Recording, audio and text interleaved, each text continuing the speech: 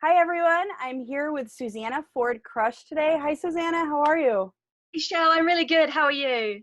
I'm doing well. Let me give this opportunity to tell us a bit about yourself. Okay, well, my name, as you said, is Susannah Ford Crush. I live in England. I'm pretty much an all-round artist, I would say, mainly focusing on writing and poetry in particular. Also, I'm a singer and also a photographer, and particularly a travel photographer as well. I was actually going to be due to be in India this month. Unfortunately, due to the current situation, I'm not there, but that would have been my 31st country that I've traveled to. So, yeah, kind of a bit of an all rounder, really. That's pretty cool. I think we touched briefly on the photography, and I forgot about that part. So, okay, so you travel the world taking like nature photography, people. What kind of photography do you do? I tend to stay in large cities or sort of smaller European cities as well. So it's a lot of kind of people and places and architecture and just kind of a little bit of nature as well. But I'm mainly focusing on just real life for people. So whenever I travel, capturing people as they're going about their life, or beautiful architecture and churches, and basically other places of worship. I've really got a thing for as well. So that's pretty much what I do when I go around traveling. That's pretty cool. My travel's limited to like this room and the living room. So crossing states lines gets a little fun. Yeah. So we met on Instagram with through Yeah. poetry, right? So Right. Yeah, we your did.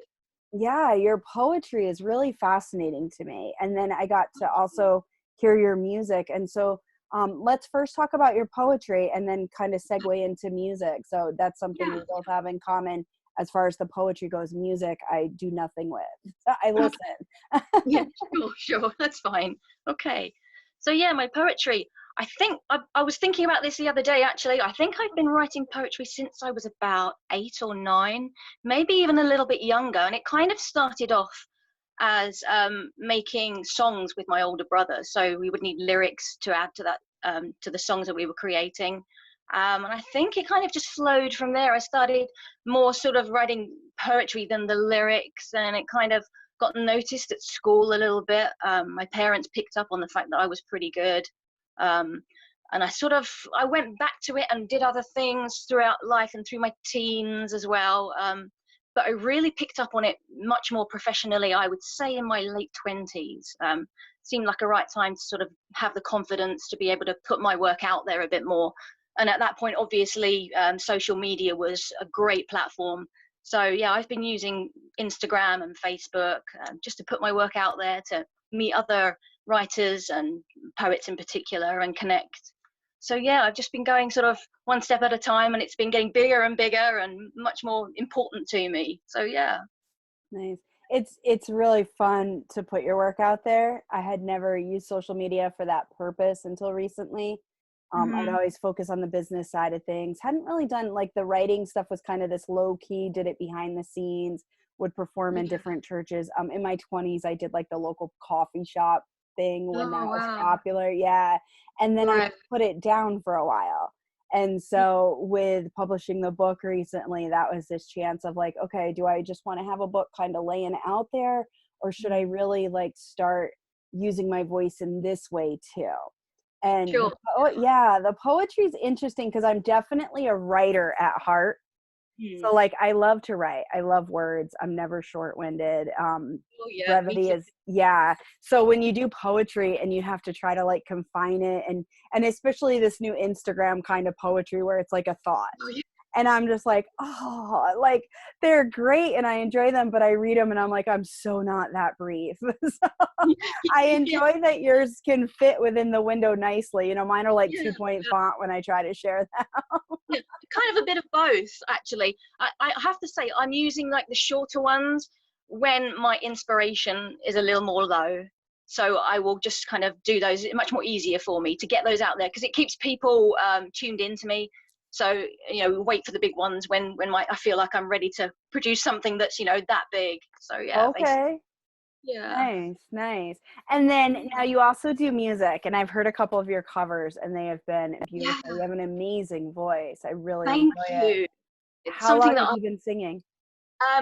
again, I think it's probably about the same amount of time as I've been writing poetry, sort of, definitely pre-teens. I was noticed by a singing and music teacher in middle school, so I would have been about 8 or 9 at that point, and she used to pick me out to do solos in the school choir. And also, I remember a particular time around Christmas when we were sort of all practicing carols during the morning assembly, where we'd all get together and read stories to each other and everything. And she picked me out. She made me stand up in front of the whole school and sing the first verse of "Once in Royal David's City," and this was completely impromptu as well. So I hadn't had any preparation whatsoever. So those sort of things used to happen quite frequently because it was picked up that I had quite a strong voice quite early on in my life. But then the same with my poetry, I did put it down for really like a long time, years and years. And then it's only in the last few years that I've really kind of picked it up again. And my dad's actually a singer, so I do sing with him in sort of pubs and clubs and stuff like that. So that's been an inspiration for me to get back to it as well. So yeah, pretty cool. How's that, singing with your dad? We don't actually sing together. He will Oh, sort of okay. perform after me or something, but we are actually going to work possibly on maybe singing together at some point. That is something that we do talk about here and there. But yeah, mainly it's like, I'll go on as one act and he'll go on as another act. But yeah, I'm kind of still together as father and daughter in a sense. So it's really, Okay. I just love it so much. It's something I can really express myself. And as you said, you've heard a few of my covers, and I am focusing on covers at the moment, but what I really want to do is branch out and start writing my own material like I used to do, possibly meet some other people to collaborate, maybe some other musicians. So that's where I really want to be taking it sort of long term. So I'm sticking with the covers to get people interested in my voice to begin with, you see. So yeah, that's where I'm going with it. Okay, and that makes sense. Yeah, it's kind of like with poetry. You start with the thought type poetry and then kind of like, oh, by the way, I have these 30 verse ones too, and move Exactly. on. Wait till you see this one that covers 7 pages. Yeah. Oh, yeah. I've got a few of those. Oh, God. Yeah, definitely. When I was doing the book, I have this one that's spoken word that I do. And Yeah. it's the only spoken word that made it into the poetry book because it was like so long. It covers like 15 pages. And I'm just like, oh my God. That is long. I don't know if It's it's a ever been very, that long. well, I mean, I might be exaggerating about 15 pages, but it's a 15-minute spoken word poem. I think when I'm nervous, I can do it in like 7.5. Like I recorded it one day to share, and I think I did it in 7.5, but I am like emotionless and just like fighting to get through it. And so, which is why I like never, I have actually a challenge from my coach that I have to go live or post a recording of me doing one of my poems. And I'm like, it's so not going to be that one. No way. But, the long ones are interesting because I feel like, you get the shorter ones. So similar to the covers, right, in music is like the shorter ones help people to see your voice, see your subject matter, see if they're interested in you.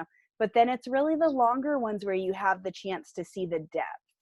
Absolutely. Yeah, I feel like the short ones, now some of them in one of the writers groups I belong to, oh my gosh, a couple of them, I'm like, you said that in 3 words? Or like even like 3 sentences. Right. I'm like, how is that? Like, I actually shared one on Instagram yesterday that this girl had said exactly the same thing I had said like a few days earlier to a friend. But for me, it took like a lot of words. And for her, it was like 7 words on an Instagram thing. I was like, what? You're taking a lot of emotion out of it as well if you condense, I think. So, I mean, sometimes, but yeah, we'll go deeper. There's more to it. Yeah, I've noticed, and I don't know if it's a cultural, but I've noticed a lot of the Indian writers are very good at the brevity. I don't know if that's only because my exposure to so many that write that kind of poetry is from India, or if it's like a thing, like maybe something in there. I haven't been to India yet. It's a dream of mine. One day. Yeah. I'm so fascinated with the country and just the system. Yeah, me too. I would have been there.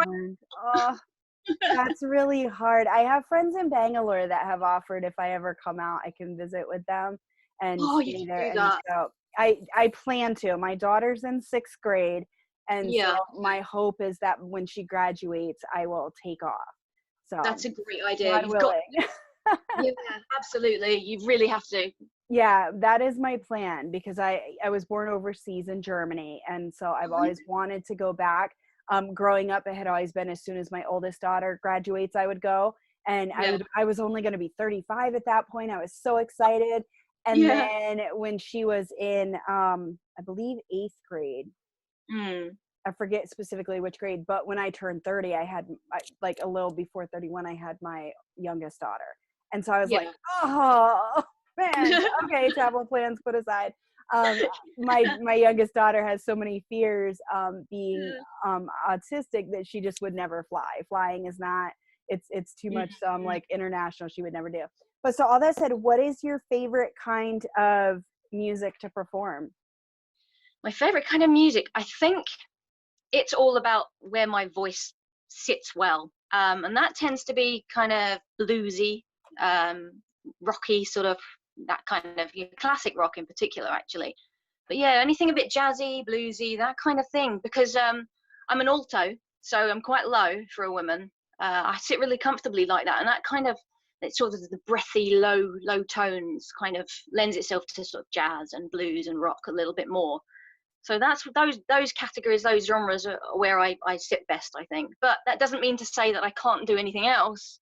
I am quite versatile, but that's tends to be where I is my go-to. Let's say that's what I prefer doing really.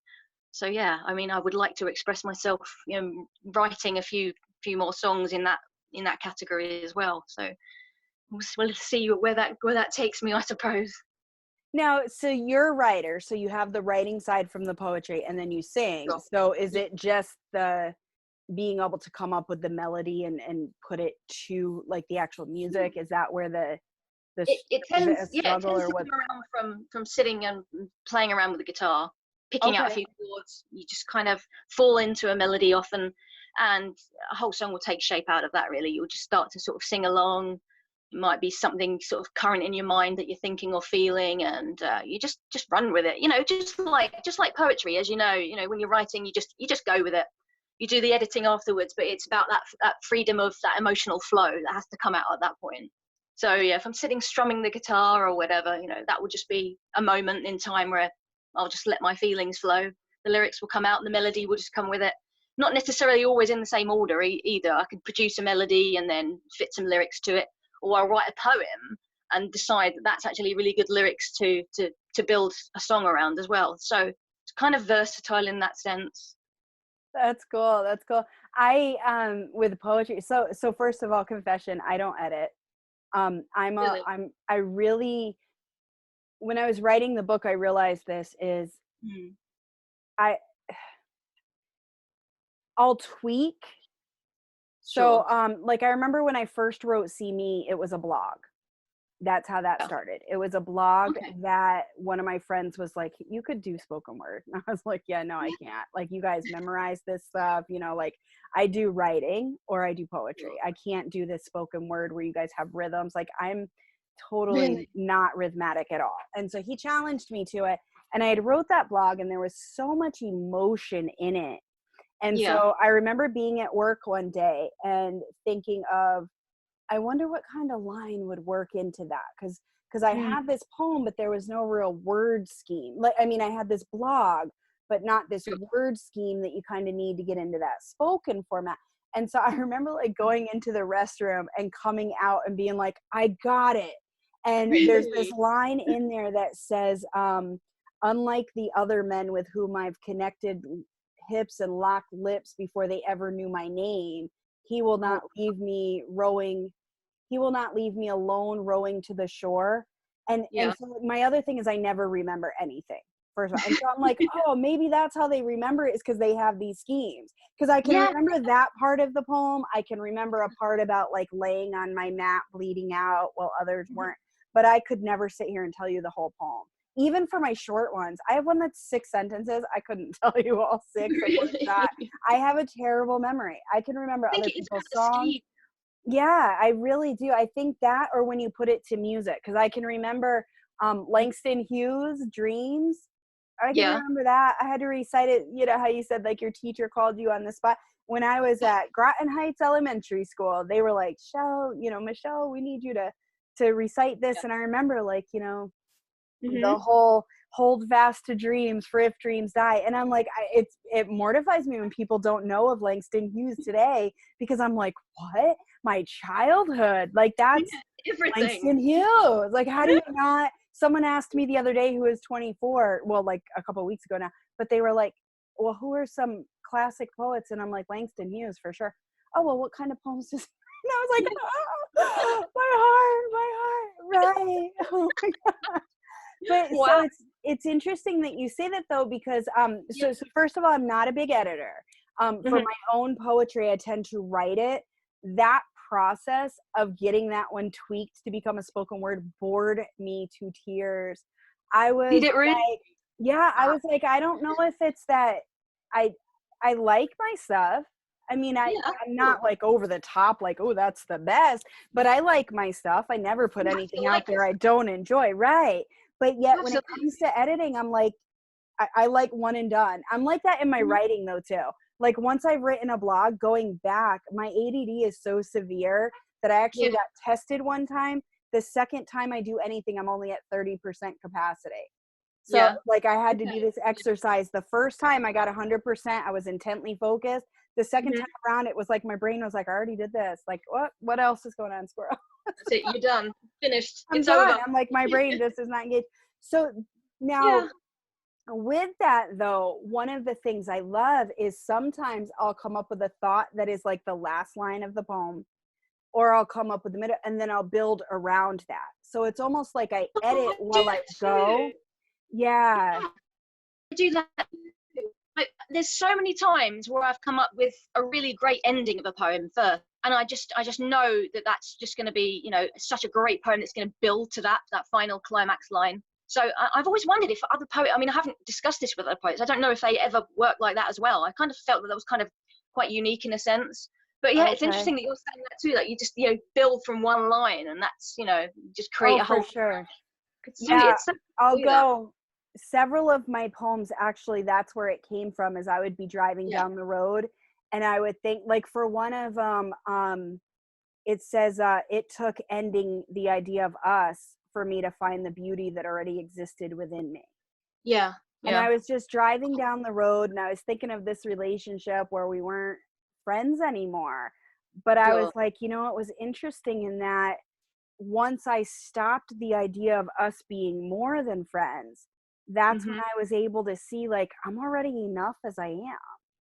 And that was this wild concept. And I'm like, but that's not all there is to that. There's more. And so that's where it became this poem. I forget what I ended up, I think I called it It's Not the End or something like that. And it became about what I thought was this ending actually turned out to be like literally the beginning, because it was after I wrote that poem where I finally got really motivated to bring the whole book together. So it was literally this beginning. Yeah. So that's are you cool. Okay, technology wise on your side? Can you see me okay? Yeah, it's fine. Okay. Yeah. All right, perfect. It's only it's cat caught a few times. So if you guys are watching this, just bear with us. We are across the pond here. So we're this is our first time. It's actually my first time Zooming with somebody across the pond since doing Elevation E-groups. So we had Susie from Ireland would join us from now and then. And I think sometimes when you go across the pond, it sometimes does glitch. So coming back to your music, you did a great cover of Dream a Little Dream. Oh yeah, Mama Cass. Amazing. Yes. I was really nervous about that one in particular because that song is a real favorite of mine, and Mama Cass is just such a legend. So I always hope that I have done it any kind of justice at all. So yeah, I mean, there's in one sense I didn't want to be too like her version, but I kind of think I've probably ended up being a little bit more like her than I wanted to be, in a sense. But that's just because I have listened to that song over and over and over for years. So it's hard to sing it and retain a lot of uniqueness to it, because she is all over that song. So yeah, that's why I said I can't remember what I said exactly at the beginning, but I did say something to her. I can't remember now. I haven't played that one in a while. I think I say something like, Mama Cass, I hope I do this justice, or something like that. I think that is exactly. Yeah. if you play it, you'll hear that little thing there at the beginning. So yeah, that was such a fun one to do. I really enjoyed that, and I think it sits well with my voice. So yeah, that's a good one. You did a wonderful job with that one. Thank you. So I had never heard that song until I watched the movie. And Oh yeah, Corey Feldman and Corey Haim, I think, were in that. And they had the dream where like the bodies all switch and he becomes this older person, and in that yeah. he sings that song. And so I don't even know the movie. oh my gosh, it's a classic from well, I'm in my 40s, so when we were growing up. Okay, I thought we were around the same age. Growing up, that was Corey Feldman here in America anyway. Corey Feldman was like everything. Oh yeah, I know Corey. Yeah. Okay, across the pond too. So he was in that, and it's him and this like I forget the other girl's name, but she played Lainey. And they are running one day. It was your classic, what was popular when we were growing up with the whole switching bodies kind of thing. It's like late 80s, early 90s movie, I believe. I'll send you a link if I can find one online. But it was the first time I'd ever heard this song. And this song, Time Runs Wild, from that movie, I always just have remembered. I had never actually heard the Mama Cass version. And really? I hadn't, not for years. Like I was well into my 30s, just within the last decade of being able to hear that song. And then I heard your version and I'm like, I really like it when sung by females.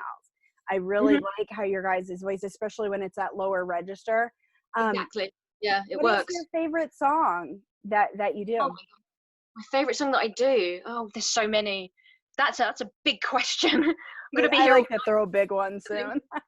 There's so many. That is one of my favorites for sure. Dream a Little Dream. I think there's I don't know if you have the artist Katie Tunstall in America. I don't know if she's over there. I'm not sure. She's a guitarist. She's kind of bluesy, a bit rocky. I like a lot of her music. So she's probably her voice is quite similar to mine actually. So her music is quite easy to do for me. I don't have to change register or anything with her. So yeah, a lot of her music I like. Classic rock. A group called Free, and there's a song called Wishing Well. So I haven't done that one yet. I haven't recorded that, but that's going to be my next one. So look out for that. So it's Well by Free. I think it's going to be my next one. So yeah, that's another favorite. Anything sort of 60s, 70s classic rock. Janis Joplin, anything by her. I'm quite good at singing. Quite enjoy that sort of vibe that she's got going. So yeah, anything like that really. Just bluesy, anything jazz, that kind of stuff really. But yeah, when it comes to actually saying like one favorite song right across the board, I don't think I can actually answer that, to be honest. There's too many. It's just way too many.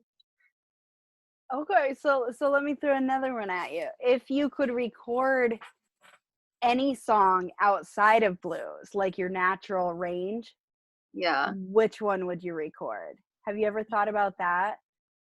It's a tricky one as well, to be honest, because there's just so many. Oh gosh. Okay, so there are like ones you hear that you would be like, oh, I would love to do my version of that. Yeah, sometimes there is. Yeah, definitely. I mean, I'm at the moment I'm kind of focusing on ones that I already know and I already perform live quite a lot. But yeah, I don't know. Sometimes if you put the radio on and there's a new song that comes on, you might not know like the artist or anything, and I just think, yeah, that sort of resonates with me on quite a deep level. That's something I'd like to do. But again, yeah, that's a difficult one to say sort of like categorically there's a particular one or anything. So yeah, just depends on my mood on the day as well. That's kind of the same with like poetry as well, isn't it? It just depends on how you're feeling, like what comes out. So yeah, that's the best answer I can give, to be honest. Oh my gosh, it's fine. That's perfect. So on that about moods, I forget if it was you and me that were talking back, but like I love to write from a like, I guess you could say a negative place, but my poetry's on it. Like pain is fuel for me. And so it's been interesting because you can tell, I noticed this when I was going back through my poetry, and right now I'm going back for like possibly a surprise second poetry book, but this time hitting on some more of like I don't really want to say it's social justice because Yeah. I didn't know that term growing up, but I have all these poems about like child abuse. And then like I have this one from this woman, she's Jamaican. And I Okay. wrote this poem of like, from her perspective, what life was like in America in the early 90s and how different it was. And then I Yeah. have another poem that's written, it was, so the way I came into poetry, I've been writing since I was 6, 7, 8 years old as well. I would write in school. Well, I got to be in my freshman year of high school, Mhm. and no, sophomore. It was what they called a lower at Norwich Free Academy here. And Okay. I got into history class, and he had asked us to write a paper, Mr. Gear. And Yeah. he said, this sucks. And I was like, what? Because at that point in my life, I'd been accoladed so many times. I'd been published in different poetry books. And so Sure. I was like, what do you mean my writing sucks? And he goes, there's no point to this. There's no beginning. There's no end. It's just a bunch of words about slavery. And I was Wow. like, okay, so like, what are you saying? And Yeah. so he went to my English teacher, Mrs. Francis, and the two of them talked, and I had to stay after school because Yeah. she was like, no, but she's an amazing writer. So there's a Mm. disconnect here. There's something in maybe the format of this report writing or something like that. And so I was able to learn, and then he made me perform a long form poem where Yeah. I had to show up dressed as a slave who had come from Really? Africa to America in the height of the, like when slavery was, I forget like what year it was, but Yeah. slavery Yeah. was popular. I'd come over and I had to explain in this poem what it Mhm. was like on the ship, what it was like arriving, what it was like working in the fields. And I remember by the end of it, I had my whole class in tears. I Oh was my in tears. Like I was so moved, and God. I still have that poem. And so I was thinking, like, that's the stuff that it doesn't make a good first book because it's all very long. Another one was Absolutely. Edgar Lee Masters style. There was this Okay. poem called, he used to do poems where he would give every person a name, and then the poems were all this persona. And I did one about a young girl who was abused, and it was based off a story from the news. And so, did we freeze up? Can you hear me okay? Really? Okay. We just froze up for a I can hear you second. and you're frozen. Yeah, Okay, you're there we go. Now okay we're now. coming back slowly. And so those type poems, it's really interesting because when you go back, Mhm. um, you could tell they're written from a place of pain, whether it's my own pain or noticing pain in somebody else. So Yeah, I just said yeah. a whole lot there, but so do you find that same thing? Do you write from a I place of pain, or do you find yourself writing from pleasure as well, so I to I say? I would say pleasure comes into it. I can write for romantic, but more often than not, in fact, probably about 99% of my work is much more based on pain or, um, relationships, heartbreak, that kind of thing. And I find it's a more poignant feeling. So I guess that negativity has more power to it, which is, it always feels like it's such a shame to have to say that, because you always want the happiness and the joy of life to be the more important and the more poignant. And although the happiness and the joy is kind of more important, I think the pain is equal in some senses, because without that, how can you experience and fully appreciate all of the good? So I think that my work coming from a place of pain, um, is, I suppose, yeah, there's more power to it, I guess. Yeah, I place a lot of importance on that as well, because I grow through it as well. What you go through, you grow through. I always think so. Yeah, I do a lot more writing about pain and heartache and difficulties of life. I think that also bonds people to you, connects people to you a lot more as well. I think people connect through pain a lot easier, because it's kind of a feeling of, it's kind of cathartic in a sense, I guess. When you discuss the negative things you've gone through, and find that someone else appreciates or has experienced that too. So yeah, it's a good bond for people. So I guess that's another reason why people have sort of picked up on my work and really appreciated it a lot as well. So yeah, it's interesting though. I've never met someone who has said, no, I write much more about happiness. Never I, ever in my life.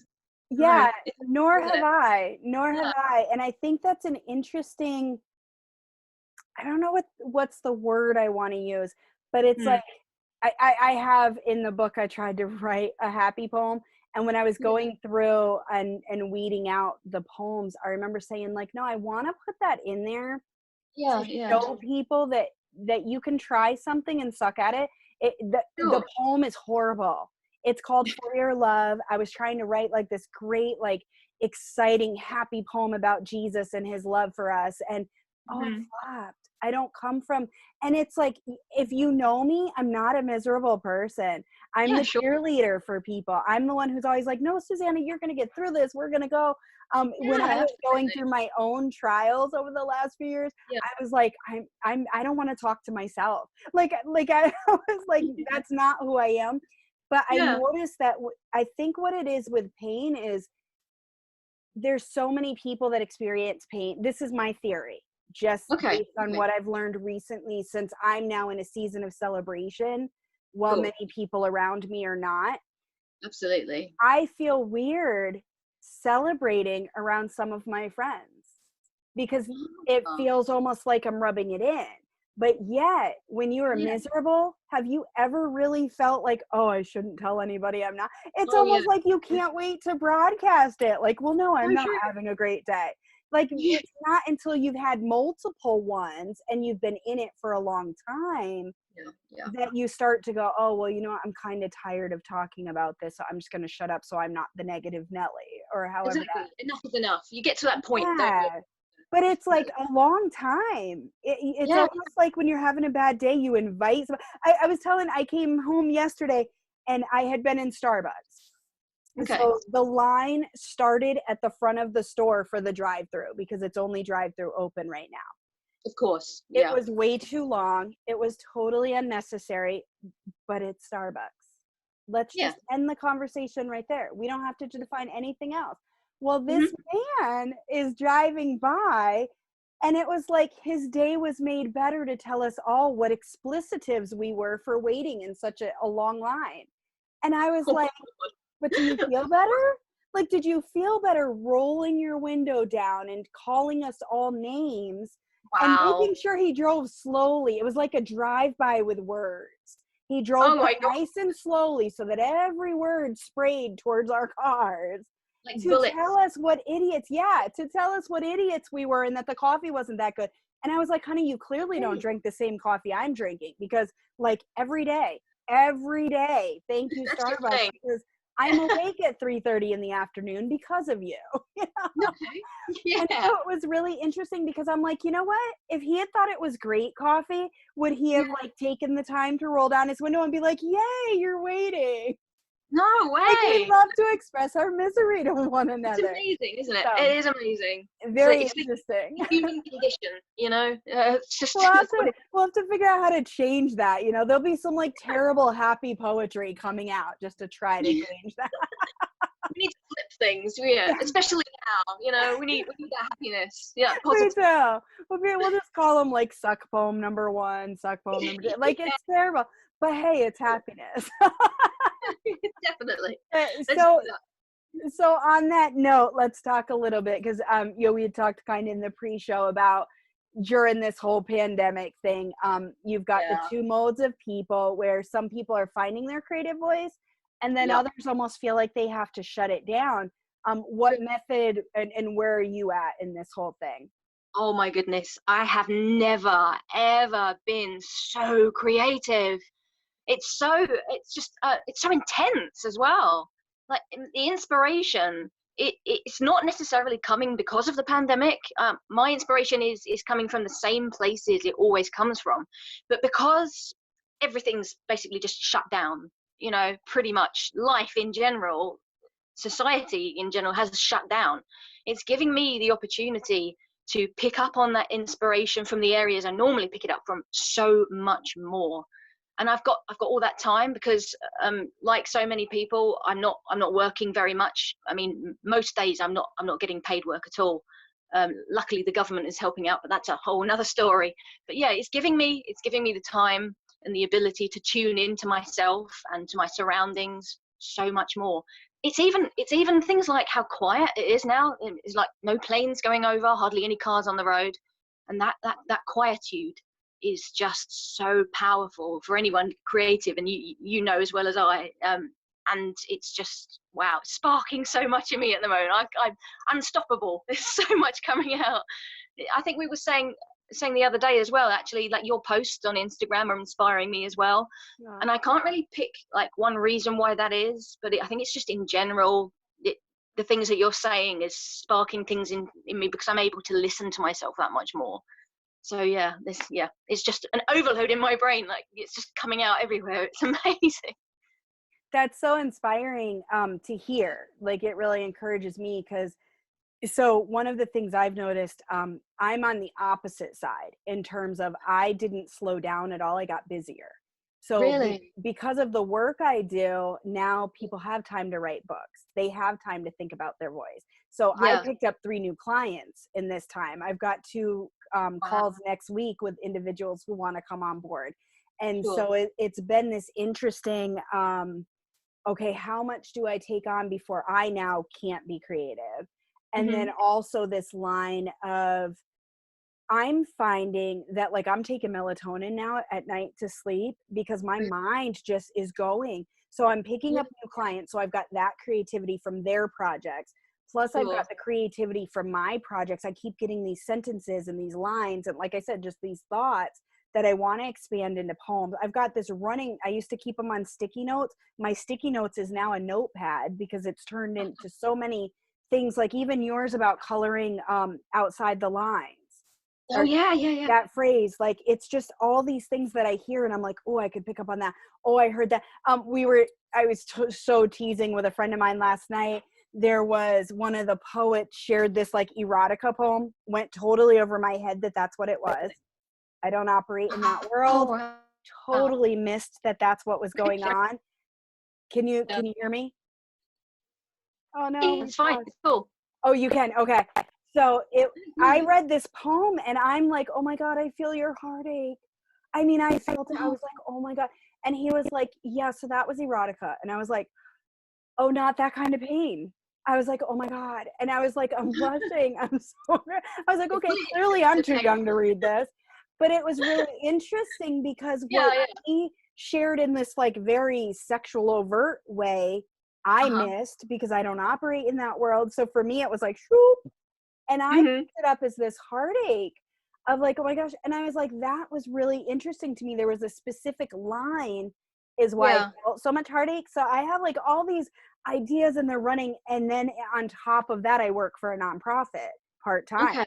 And so I'm doing that work and getting inspired because we work with business owners. And so we're listening to like what their challenges are, et cetera. And our business owners are very heavy in dealing with the COVID stuff. And so it's been such an interesting time. I'm like you though, in the sense that it's just so like exciting when I do sit down. It's been interesting because usually I blog so much that I have very little creative time. Right now I'm doing the opposite, where I'm spending a lot more time journaling, a lot more time on my own writing. And then I'm like, oh man, I got a blog I still have to post too. And so it's been really, I haven't been good at showing up on either of them. But so it is nice to hear that the Instagrams are at least inspiring other people. And you had mentioned that to me offline. And that's nice because I really have been speaking in trying to learn how to be my best client and speak from my heart, really show you guys the transition that I'm going through, because I coach from a place of going through it. So let's talk about, so you're in England and it's quiet over there. Things are very, it's the first time in history, maybe, I'm not sure if that's accurate, I'm not really a history buff, but where everybody across the globe really is going through this unified struggle at the same time. You know, I think go ahead. I think it is the first time in history. We've all been saying that, really. I mean, we are making history as well, and that's another reason why it's so important to be creative right now, because you don't know. I don't know. Maybe it's a bit far-fetched to even say, but perhaps 100 years time, who knows what people are going to be reading of what we've accounted for now. So you just don't know, do you? You really don't. And that's I actually was saying that to one of my clients a couple weeks ago, is like, it's not the time to rush to put stuff out there, but it's Mhm. definitely the time to start publishing snippets. Yeah. I never am a proponent of, I'm very big on the right timing for things. Mhm. So never do I recommend like, oh, get the poetry book out right now because people are reading poetry. Like, no, no, no, no, no. But Yeah. take that poem that you know would never make it into the book and put it Mhm. out there so people can start hearing your voice, because so many Exactly. people wait and it's like, oh, my biggest pet peeve is when people publish a book and it, like all of a sudden they're not people anymore. All you ever hear about is the book. Mm. This is one of the biggest things that authors do wrong, and then they can't figure out why nobody's buying the book because they forgot who you are and unfollowed you because all they see 6 times a day is about the book. I see that such a lot on so many of my social media feeds all the time. That's so true. Yeah, you tend to be like, well, wait a second, what happened to the mother I knew or the friend I knew? Or, hey, the Mhm. whole reason I wanted to buy your book was that I loved your voice behind it. And now you don't show up with your voice anymore because you're worried about sales. And so Yeah. that's where, if you start ahead of time sharing your work from time to time, Mhm. then you grow with it. And so people start, it's interesting because it's almost like a marketing gimmick while still being who you are. People Yeah, start to totally. want what you're putting out there, like your covers. People want them, and that's totally marketing. It's Yeah. what Yeah. you're supposed to do. But at the Yeah. same Totally. time, now I'm so like, oh, I loved when she did Dream a Little Dream of Me, and I love when she did this song and that song. That one really sticks out to me because I really love that version. And Yeah. when you, I think you, did you do Imagine? No, but I'm going to. God, that's Are funny you? that you said Oh, that's that. Yeah. crazy. Yeah, I'm gonna Okay. do that. 100% in the pipeline. Maybe the next one, after the next one, I'm gonna do that. I think that is Wow. Okay. I so want to hear you with that one then, because I'm visualizing that I listened to it already. So, really. Wow, okay. And I have a seriously. bad habit of like letting things out of the bag that I didn't even know were in the bag. So, warning if you decide to come on the show. So, Yeah. last week I asked a friend about a book that I so was like, oh my God, I'm not a good friend. I haven't bought it. Come to find out, like, no, that wasn't supposed to be talked about yet. Oops. Oh no. I'm like, okay. But so, oh man, that was too funny. Okay, imagine Yeah, yeah. I was gonna ask a question and now I'm like, oh God, that freaked me out a little. Like I so can hear you singing it. Um, Spooky. oh gosh, I forgot what I was gonna ask. Live on camera, these are off the cuff. This happens. Okay. Yeah, so I totally I well, so okay, so coming to, you are doing the covers. Do you Yeah. have any dates in the works? Because I know it's hard probably for a musician at this point because you can't really do the live stuff. Do you have any kind of dates or goals in the works for when you'll be releasing some of your own music? Um, I haven't really. I'm so focused on doing the covers at the moment. What I'm waiting for is the possibility of connecting and collaborating with a musician, hopefully a guitarist. Because I think solo is fine, but I think there's more power in more people being involved. I'm not, to be honest with you, I'm not the best guitarist either myself. I mean, I can do some covers and create my own work and everything, but I really want to focus more on my vocals. So if I could collaborate with a guitarist somehow, it's really difficult right now. But yeah, I haven't got any dates for anything like that because it's got to come from sort of meeting and connecting with other musicians, seeing where we go from there. But yeah, I have got lyrics and I have got some music in the pipeline that I'm kind of tweaking at the moment. But yeah, as I said, there's no deadlines for anything. There's no dates I can give at the moment. It's all about, it's, yeah, because of the pandemic, it's kind of hard to give dates and things. We just don't know what's going to happen the next day, really. So yeah, with the Yeah, that is hard all around with yeah, planning any kind definitely, of yeah, events. Yeah. So, all right, let's I know we're coming up on our hour. So, yeah, first of all, to any musicians watching, you've heard it. She's looking for a guitarist. So, yeah. if we're watching this someday, I'm going to learn how to cut the little snippets out so I can Okay, share them yeah, on Instagram. oh, good. That's one of my things like to learn during this pandemic. Hopefully, I'll learn it before it ends. But that's Yeah, definitely yeah, something I that's would good. love to do more. Yeah, is to be able Definitely. to share you guys because Instagram misses out on these because Yeah, I don't totally. have the ability to clip it, or maybe I could just record it or something. I'll figure that out. It would be like low key way, the low Sure. budget way to do it. Yeah, whatever. Just get it But out there. I know, just that's the thing. Well, and that's how this whole thing started. It Sure. actually, this whole series started because I recorded an interview with a friend that was supposed to be handwritten, because I've been doing the typewritten ones for a while. And I was like, I'm losing our entire personality trying to write this out. And she was like, go ahead and do the audio. And then her husband was my next interview, and he's like, let's do video. And so we started, and that was how John the Baptist and Juanita were the two that helped me, like that, how this whole series launched. Oh, and they I were was great just like, yeah, oh man, I loved working with them. And they've been fun, you know. Some of them are drier than others, and some of them we can't stay serious, but it's fun because it's helping us. Some of them are more chatty, some of them are more interviewee, and so it's helping me learn and fine tune. And then it also helps us all show up better on video, which is the new thing for marketing. And so you learn where you're nervous. You know, like I touch my face a million times. I am fine all day long. Oh my gosh, the minute that video camera goes on, I did a panel last week. Everybody else is fine, me the whole time. I'm like, I mean, oh my gosh. I'm like, you gotta be kidding me. As soon as the interview was done and the panel was over, I had another 2-hour Zoom meeting. Not a single time did I touch my nose. Really? I'm like, there is something about it's like that little recording up there in the corner. All of a sudden I'm like, oh, boogers. Yeah. It's oh my God. I'm like, this is ridiculous. You feel complex about it now, I think. And that's why I have. And it happens all the time. And it's like public speaking 101, you don't touch your face. Oh no. I'm like, touch it. Which is beautiful in the middle of a pandemic that spreads by touching your face. Oh my God. Yeah, but I'm aware of it. I'm embracing it now. I'm just like going with it. I'm like, it's one of my things. Tell us where we can find you, Susannah. So we have you on Ink Burns. Yeah, Instagram at ink_burns. Facebook, I've got a writing page, and that's Ink Burns, and it's the only one on there. So just type in Ink Burns and you'll find it. And also, you can follow me on Facebook as well, Susannah Ford Crush. Twitter as well, and that's can't remember my Twitter. I hardly ever use Twitter these days. Actually, it's really weird. I'm probably on there under Ink Burns as well. So yeah, try that one out. But I'm not on there as much. It's mainly just Instagram and Facebook at the moment, to be honest. Kind of condensing things, and those two platforms work best for me anyway. So yeah, you can find me on those. Okay, and then also on YouTube. Yeah, YouTube. And I'll link to it. Yeah, you send a link to it, definitely. Yeah, I really need more subscribers. I really need more feedback. So people, if they could just, have a listen and let me know what they think.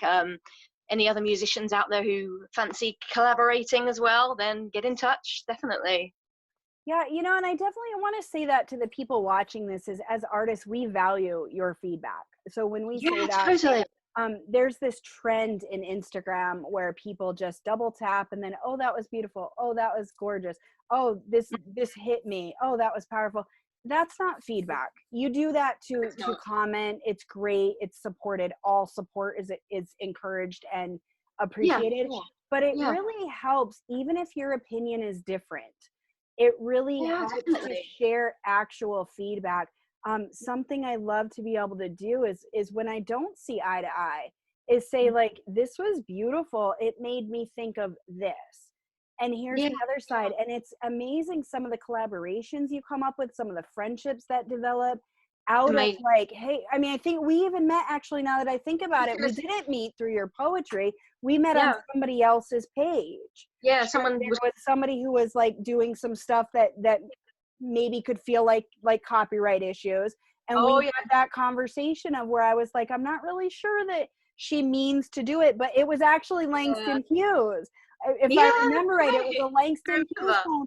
And it was like, people really don't know who he is. Now that I think about it, it was the Langston Hughes. And people were like, beautiful. That's so engaging. That's so powerful. Oh, your words. And I'm like, oh my God. Depth. These people have no idea that this is like not her writing. It's Langston Hughes. And really that's when I realized from each one, that's when I realized like, okay, she's not trying to say these are her words. Unfortunately, she has a bunch of people following her who are not fully engaging. And so just to anybody watching this, and, I know we're both on that same, even if you don't like it, I'd rather get a, hey, this really didn't touch me.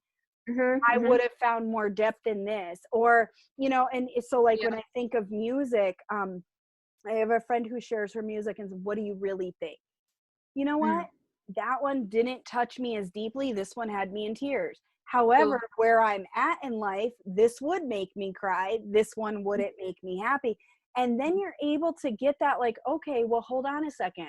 If I'm writing music or poetry for somebody who's struggling and it didn't hit you at that point in life, well, now I know what I need to change. And that feedback is just, it's priceless. And it's necessary, don't isn't it? take time to give it anymore. Yeah, we need that depth of communication, that depth of, to be honest, that depth of criticism as well. As long as it's constructive, we all know constructive criticism is where it's at. But yeah, it's necessary. Need it. Yeah.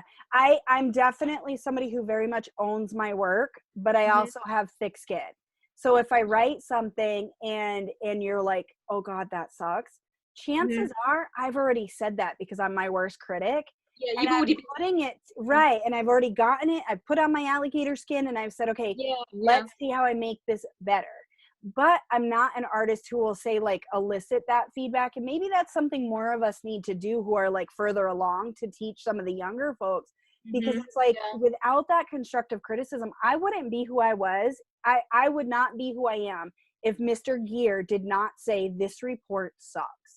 And that And stage give me that chance. Yeah. If in 9th grade, 10th grade, I didn't have a chance to find out that I could write poems with the best of them and be like a nationally award-winning poet and all this other stuff. I remember like getting all these awards. And when he said this report sucks, I was like, have you not seen who I am? I was so cocky back then. I was so like not a nice person. But it's like, did you not know? Like, I'm sorry, I was just on the front page last week. How do you tell me that I suck? And it was like mind-blowing to me. It really was. At 15 years old, I was just like, what? You needed that, right? I needed that wake up because I would not be the writer. My entire career is based on writing. I would not be the writer and marketer that I am had he not ever said, dude, you cannot make a point to save your life. Wow. Amazing, and so in teaching me, it is. And so I really fear for the people today who aren't taking that time and who are living on this is beautiful, this is so powerful, this is and that's all whatever. they got, right? And it's like, no, it's copy and paste. They're going through 3,000 of them in 5 minutes. You have a flip side, right? There's always got to be a flip side. You can't just live off of the positivity alone, because that's not going to shape you as much as the negativity. It's like going back to that point about pain, how necessary and important that is creatively. You need a little bit of that kind of as an anchor in a way. And it will shape you and balance out your creativity so much better, I think, definitely. Yes, we all need that moment where you're like, she said my work sucked. Wait, what? And like having that moment where you're like, okay, what is it that I can do better? How do I show up? And looking around, like when I used to teach people public speaking and how to do presentations, I would say, always think about the questions that will be left at the end. In books, I tell you that, like with my coaching clients, I'm like, what questions do I still have at the end? Because if you don't know what's there at the end of that poem, what happens is now you've left your audience with questions that you haven't anticipated. And they may not come back because there's too many. But if you know what the questions are, you can either follow up with another poem, you can address it in the caption, you can follow up in the book. You know, you that's what epilogues and intros are for. There's so many prologues, like the word just escaped me, but you know, that's what these different elements are for. And so I definitely encourage, so just to wrap this all up, it sounds like negativity is definitely a space that we all create from, but we need some more positivity in the world. Not promising you'll see this from Susannah and I, but definitely we'll try. We'll smile as we bring the love poems about broken hearts. And then also definitely critiquing more. I love that we went into that, because feedback is just so invaluable. We all need it, and it helps us all become better artists. And so the younger people watching this, older folks watching it, people our age, enjoy and embrace that feedback, because it's a beautiful thing when we can collaborate as artists and truly give that in-depth, like, this is what it made me think about. So I hope that this encourages everyone who is here, and then both you and I, just to show up that little bit. We all have time right now, even those of us who lost time because the kids are home. We now have time to be a little slower. Maybe you only interact with 20 people on Instagram today in your 5 hours, but let them be meaningful ones, because it's so important. if we can do that, this is such a great time to establish some really good bonds so that when the doors are unleashed and people can go outside again and collaborate, you'll have developed those relationships that will allow you to collaborate from a better place. You know, you'll have figured out if they can handle the criticism, because boy, that would be terrible, right? To like collaborate with somebody and then you find out they're not very good at it. So Oh God, like with the criticism, right? And it's like, oh, okay, hold on a second, but we're looking for that so we can get that. So I will make sure that I share the links below in the YouTube information. If I was my daughter, I'd be saying, look down there. But so look below and you'll get all of the information on where to find Susannah. And Susannah, thank you so much for joining me. I think I was telling you beforehand, you're my first across the pond, as well as my first person who I've only met like weeks ago on Instagram. Had a talk with so quickly. So thank you for being willing to jump in. That's great. Well, thank you very much for this opportunity. I've really enjoyed it and I've been so excited about it for so long now. So it's great. I've had a great time. Thank you, Sheryl, for everything. It's been absolutely brilliant. Absolutely. Thank you so much. Have a good night. Bye.